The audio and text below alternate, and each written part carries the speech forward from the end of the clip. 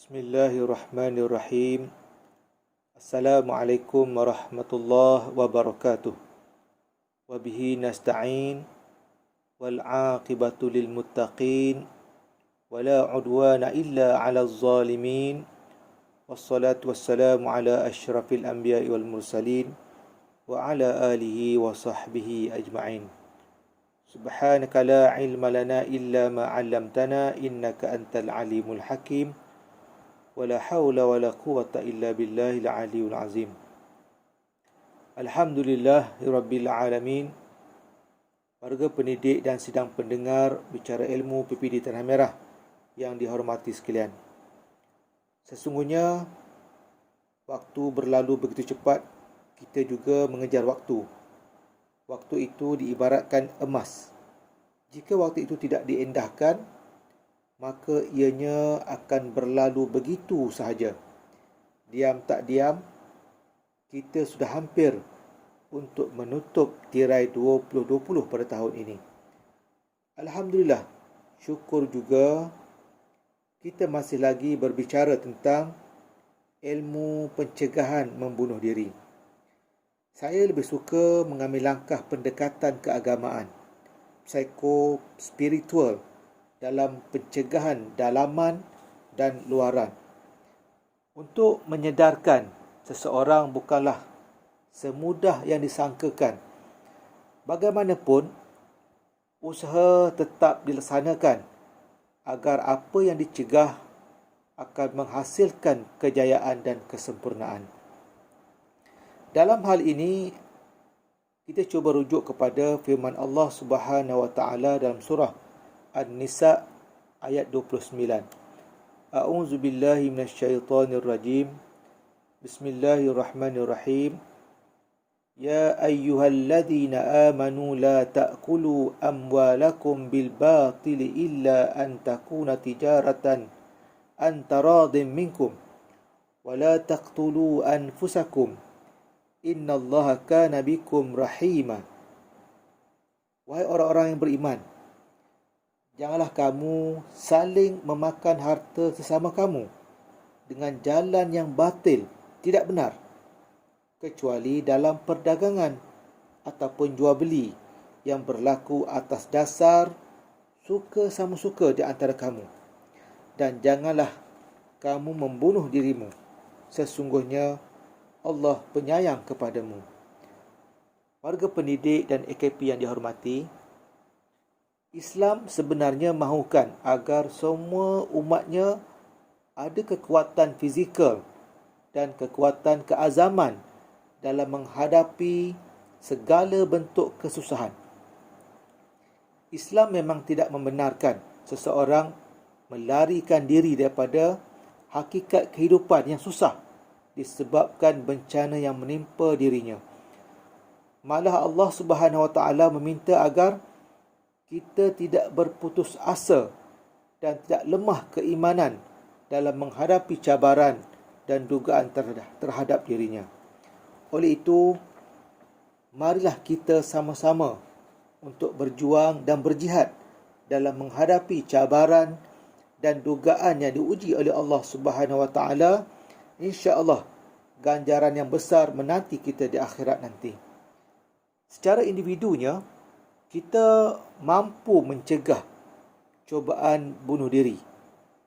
Jika kita berhadapan dengan individu yang kelihatan murung serta menyatakan rasa berputus asa dengan dirinya, ada antara saranan langkah-langkah yang boleh kita ambil. Yang pertamanya ialah apabila kita bertemu dengan seseorang yang menunjukkan dirinya hendak membunuh diri, bertanyakanlah perasaan mereka serta menggalakkan mereka meluahkan perasaan. Tanya untuk pengesahan. Tanya pada diri mereka secara terang dan berhemah. Adakah anda hendak membunuh diri? Ini perlu agar kita lebih jelas dengan niat mereka. Kemudian dapatkan bantuan untuk mereka. Ini menunjukkan kita mengambil berat tentang mereka. Mereka mungkin menafikan niat bunuh diri, tetapi kita boleh terus memerhatikan tanda-tanda yang ada pada mereka jika seseorang itu menunjukkan yang ianya untuk meneruskan niat membunuh diri. Ini supaya dia tidak cuba untuk melaksanakan niat untuk membunuh diri.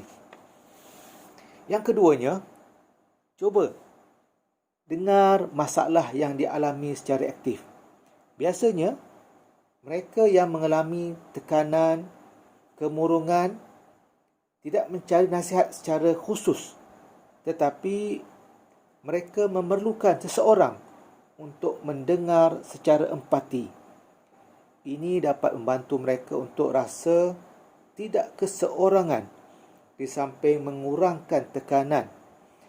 Berbicaralah dengan mereka tentang perasaan mereka dan memperakui keinginan mereka. Dengan ini, mereka boleh mengawal kecenderungan ataupun hasrat untuk bunuh diri. Yang ketiganya, berhati-hatilah agar tidak menghakimi masalah yang dialami oleh mereka. Contohnya, dengan menyatakan bahawa masalah yang dihadapi oleh mereka itu masalah yang kecil atau tidak penting. Kerana apa yang mereka hadapi seolah-olah sudah terbeban kepada diri mereka.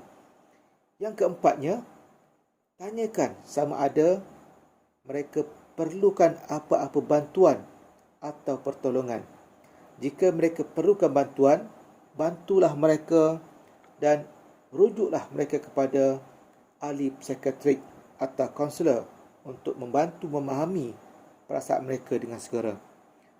Warga pendidik dan AKP yang dihormati, insya-Allah kita sebagai penjawat awam perlu sama-sama menjaga dan mencegah dari berlakunya perkara-perkara yang tak diingini berlaku. Lebih-lebih lagi, cubaan bunuh diri dalam komuniti kita, dalam masyarakat kita, supaya kesejahteraan psikologi warga pendidik sentiasa terjaga dan harmoni. Pepatah Melayu ada menyebut, mencegah itu lebih baik daripada merawat.